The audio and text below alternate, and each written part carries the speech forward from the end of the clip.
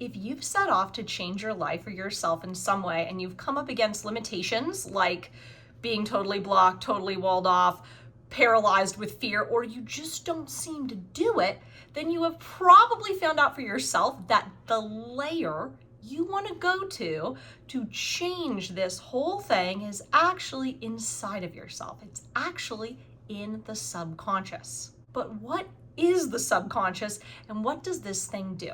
That's what we're going to talk about in this video.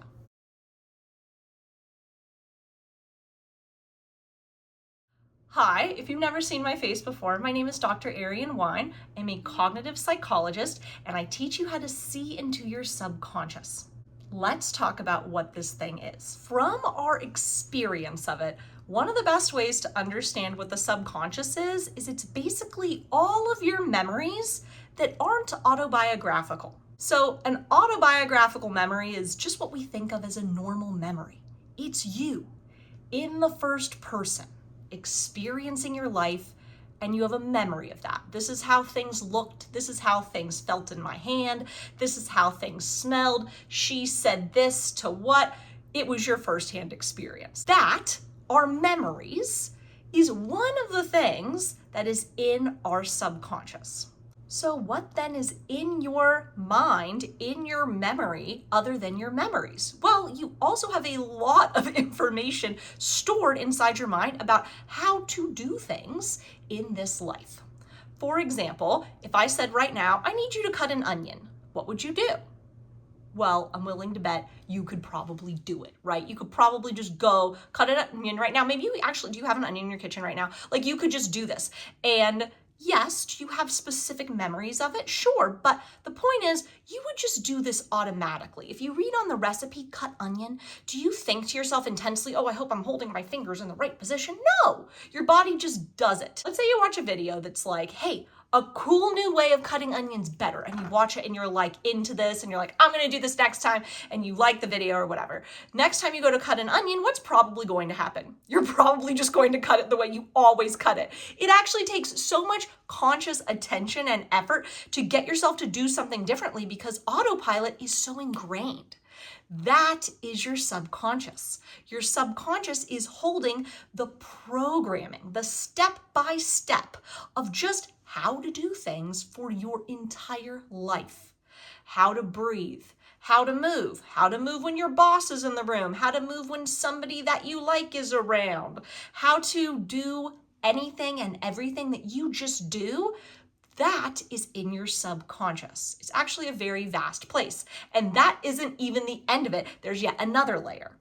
The next layer of your subconscious, even deeper than that, is just your understanding of how the world is. That's just the way it is. What deep down, like, does your mind just have as the back running track of your life? The truth is, 98% of the time, using that map of reality works just great for you. And maybe that map of reality isn't even wonderful, right? It includes all the things that are shitty about the world, but it's just the way that it is according to your subconscious. It's just the way that it is that there's always onions at the store.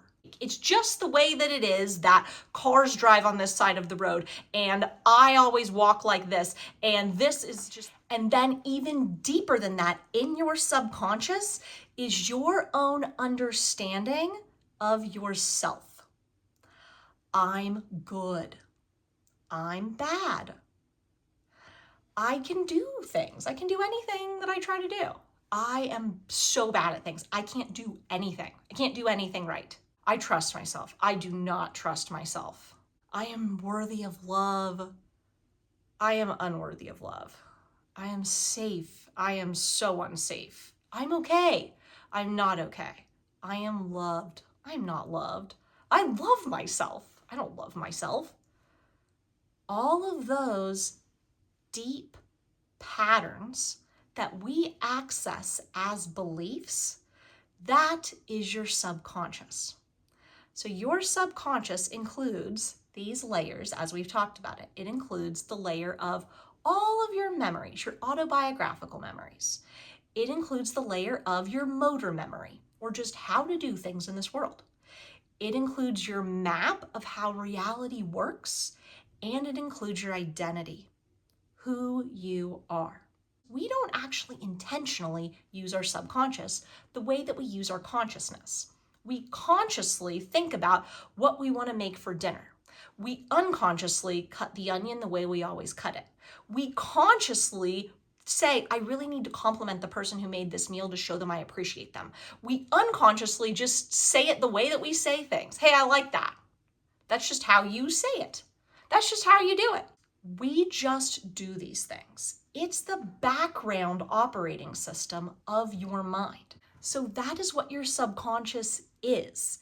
It's not inactive, it's very active. It's a live running map of your reality.